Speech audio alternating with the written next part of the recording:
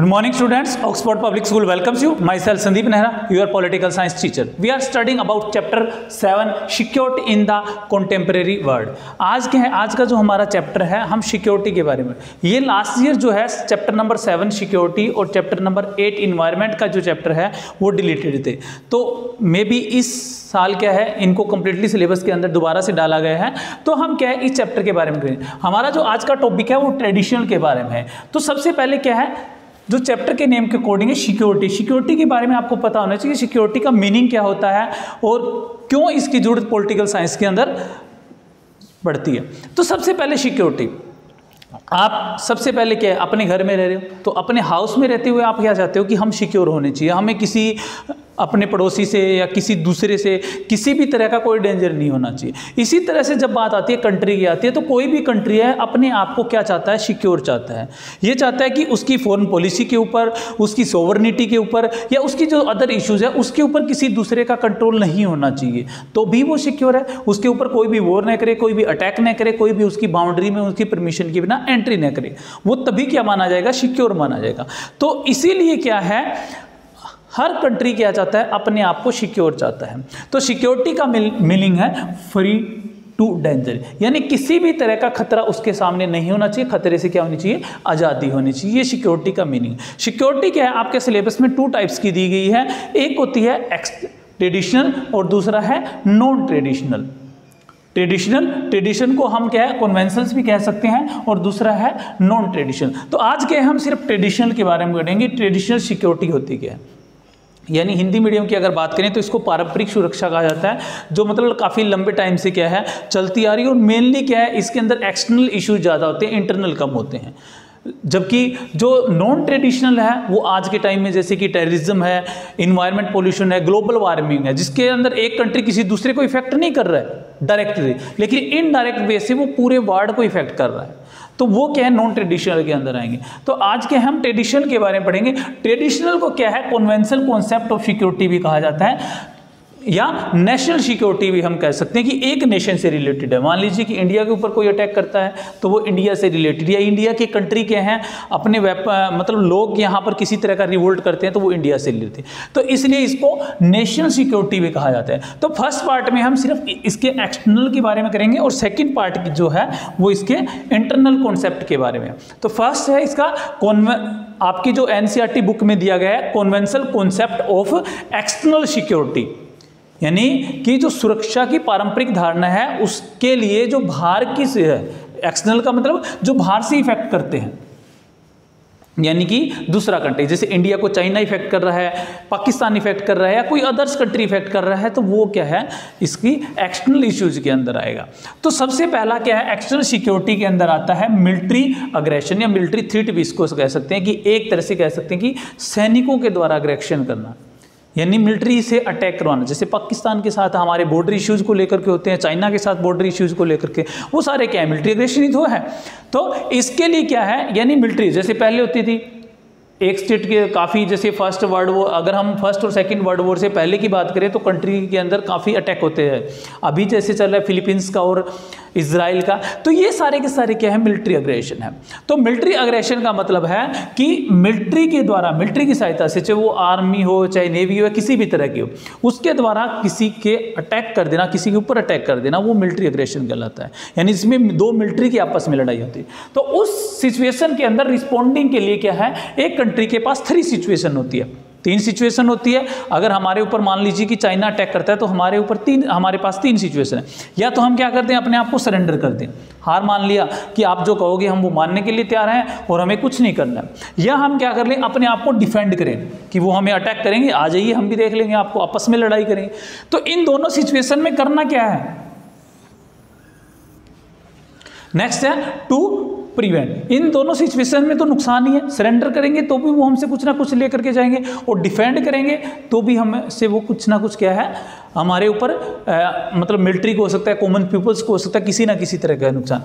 और नेक्स्ट है to prevent. तो तीनों के अंदर क्या है एक ही सिचुएशन आती है कि जिसके अंदर युद्ध को रोका जाए, हम यानी हमारे ऊपर इस तरह की कंडीशन हम पहले ही लगा दें या इस तरह की चीज़ें हम पूरे वर्ल्ड को पहले ही दिखा दें कि वो हमारे ऊपर अटैक करने से पहले सोचें। अब देखिए 26 जैन को इंडिया के मतलब कि हमारी एयरफोर्स का है या जो मिलिट्री है, वो सारी झांकियाँ क्यों निकाली जाती है? इंडिया ही नहीं, हर कंट्री निकालता है, चाइना भी निकालता है, रसिया भी निकालता है। तो ये किस लिए होता है? ये अपनी पावर्स को वर्ल्ड को दिखाने के लिए होता है कि अगर हम इनके ऊपर अटैक कर देते हैं तो इसके पास कितनी पावर है कि वो क्या है, उस अटैक को रोक सकता है। ठीक है, आज देखिए इजराइल का फिलीपींस का अभी लेटेस्ट ही हुआ है 1 मंथ पहले, ये काफ़ी इशू बड़ा भी चला था। तो अगर मान लीजिए कि फिलीपींस के पास इतने वेपन्स पहले से ही होते तो इजराइल उसके ऊपर अटैक ही नहीं करता।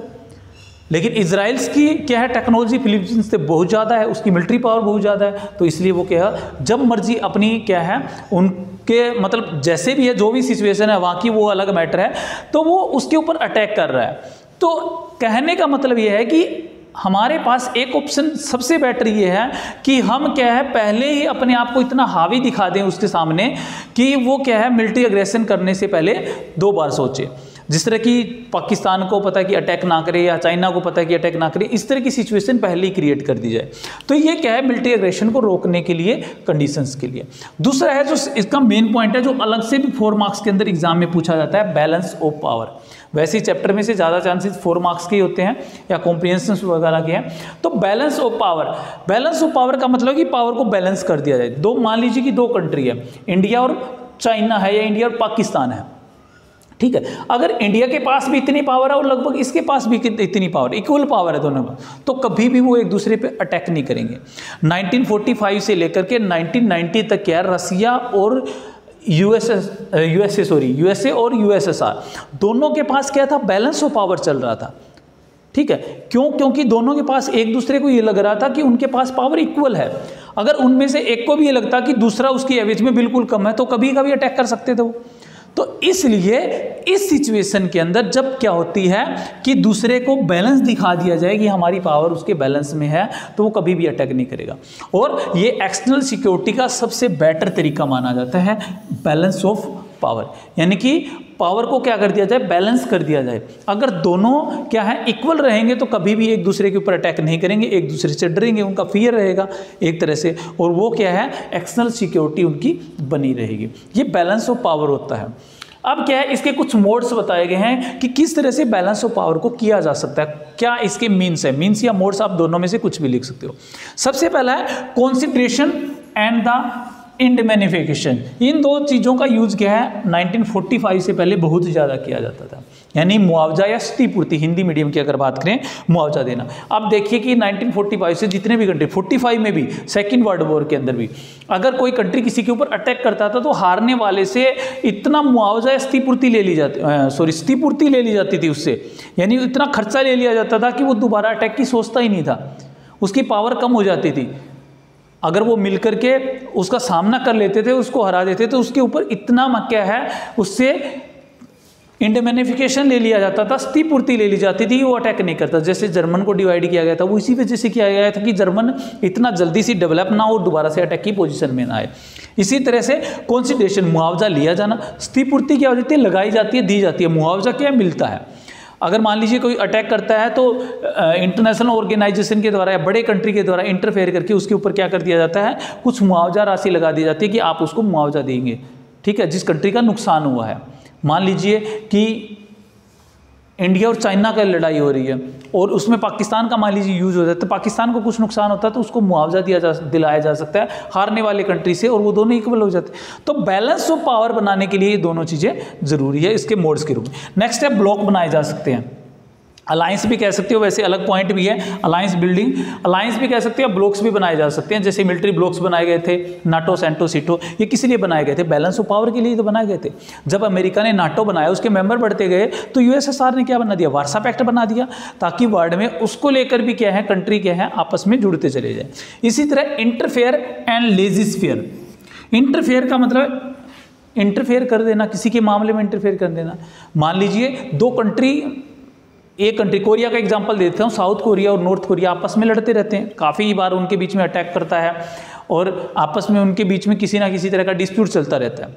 अगर क्या है, कोई बड़ा कंट्री या कोई इंटरनेशनल ऑर्गेनाइजेशन उनके बीच में इंटरफेयर करता है और जिसके पास पावर ज़्यादा है उसके ऊपर कुछ पाबंदियाँ लगा देता है, कुछ बैरियर्स लगा देता है, तो वो क्या हो जाएगा, उसकी पावर कम हो जाएगी तो इंटरफेयर के द्वारा भी बैलेंस ऑफ पावर किया जा सकता है। और नेक्स्ट है लेजिस्फेयर। ये सभी एक दूसरे के अपोजिट हैं, ये दोनों अपोजिट हैं, ये दोनों अपोजिट हैं, ये दोनों अपोजिट हैं। लेजिस्फेयर होता है हस्तक्षेप की नीति, यानी इंटरफेयर नहीं करना।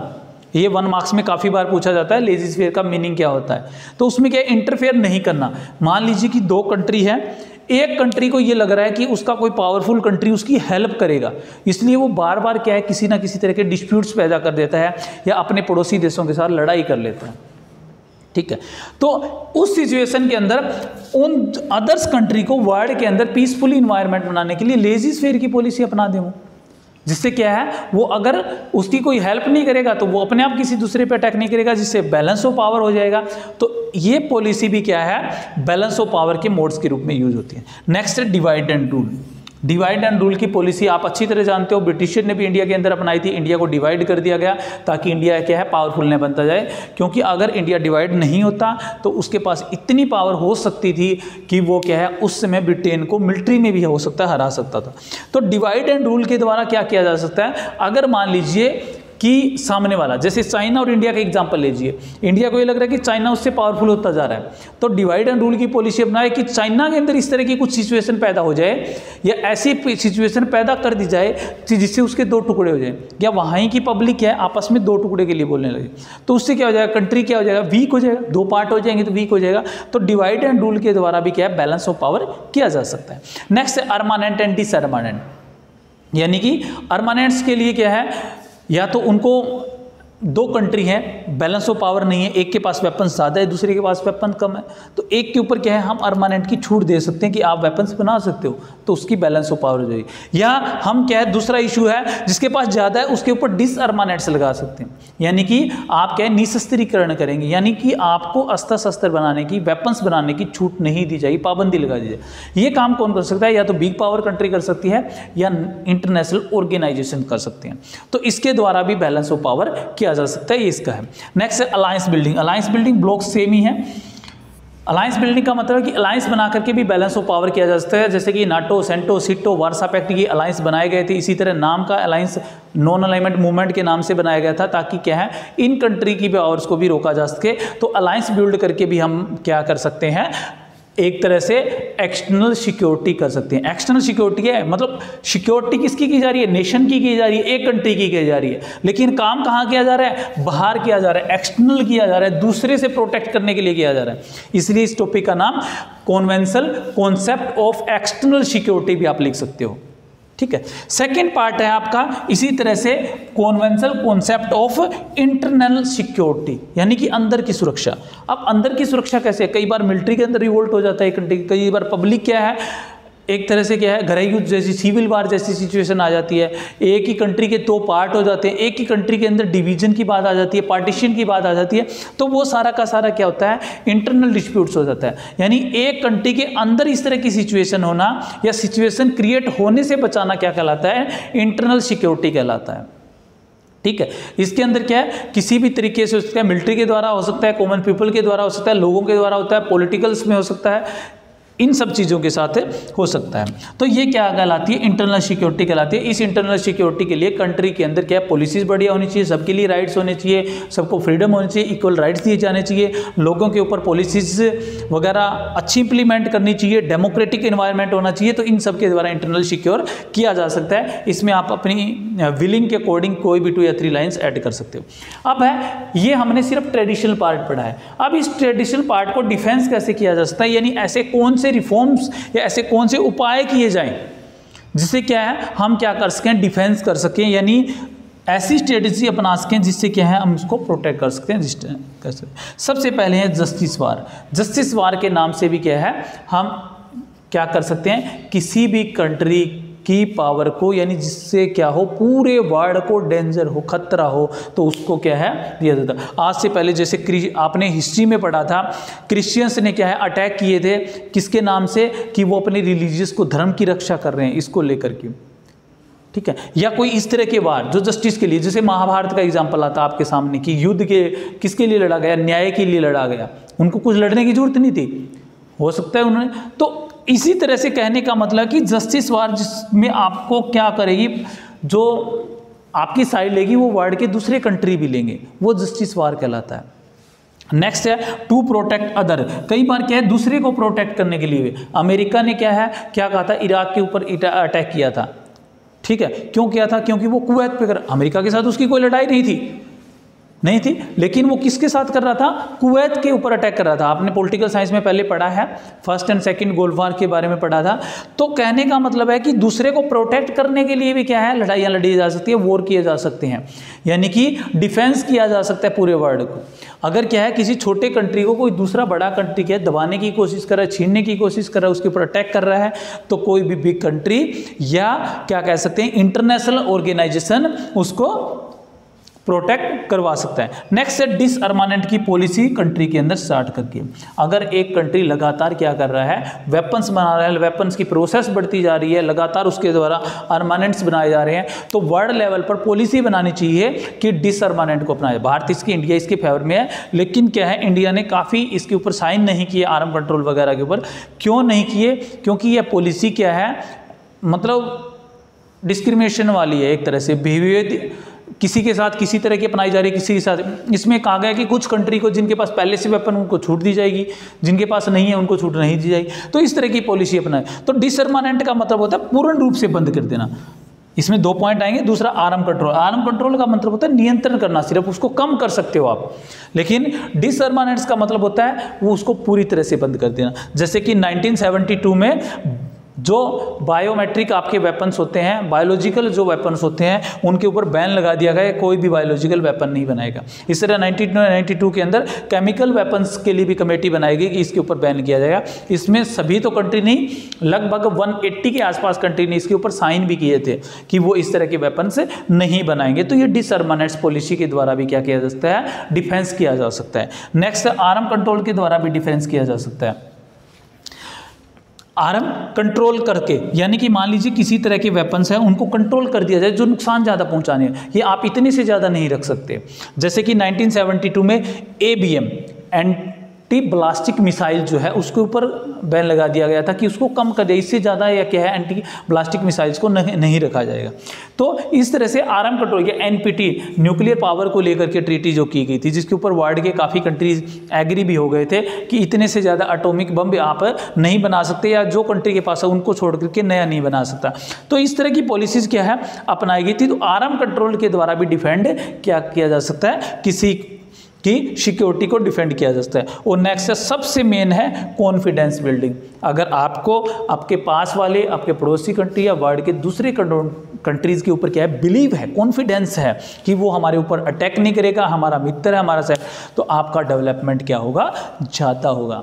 क्योंकि कॉन्फिडेंस बिल्डिंग ही क्या है, सबसे मेन एक स्ट्रेटेजी है जिसके कारण कोई भी कंट्री जल्दी से डेवलप हो सकता है। आपने थाईलैंड वगैरह उन कंट्री के बारे में सुना, वो काफ़ी डेवलप भी हुए। उन्होंने क्या आपस में ऐसी पॉलिसी अपना रखी कि उनका कोई डिस्प्यूट्स ही पैदा नहीं होता बाउंड्रीज वगैरह को लेकर के। यूके के कंट्री है, उनका डिस्प्यूट्स काफ़ी कम होता है। तो इस तरह से वो क्या प्रोग्रेस भी कर रहे हैं। इंडिया क्यों प्रोग्रेस नहीं कर रहा, बाउंड्री को लेकर के क्या है, हमारे इशू बांग्लादेश के साथ चलते रहते हैं, किसी ना किसी, श्रीलंका के साथ चलते रहते हैं डिस्प्यूट्स, किसी ना किसी तरह पाकिस्तान के साथ आए दिन लड़ाई होती है, चाइना के साथ। तो हमारा जो डेवलप करने का क्या है खर्चा जो लगता है, यानी एक तरह से जो खर्च हम क्या है इन्वेस्टमेंट किसके ऊपर कर सकते हैं, कंट्री के डेवलपमेंट के लिए कर सकते हैं, वो हमें कहाँ पर खर्च करना पड़ता है, वो हमें मिलिट्री के ऊपर खर्च करना पड़ता है अपने आप को प्रोटेक्ट करने के लिए। तो इसलिए कॉन्फिडेंस बिल्डिंग एक सबसे बड़ी डिफेंस स्ट्रेटेजी है, किसके लिए, ट्रेडिशनल या आप ये कह सकते हो कि कॉन्वेंशनल कॉन्सेप्ट के लिए, जिसके द्वारा किसी कंट्री को किया जाता है। तो ये आपका फर्स्ट पार्ट था। सेकंड पार्ट जो नॉन ट्रेडिशनल पार्ट है उसके बारे में अगले लेक्चर में करेंगे। Okay, thank you, have a nice day.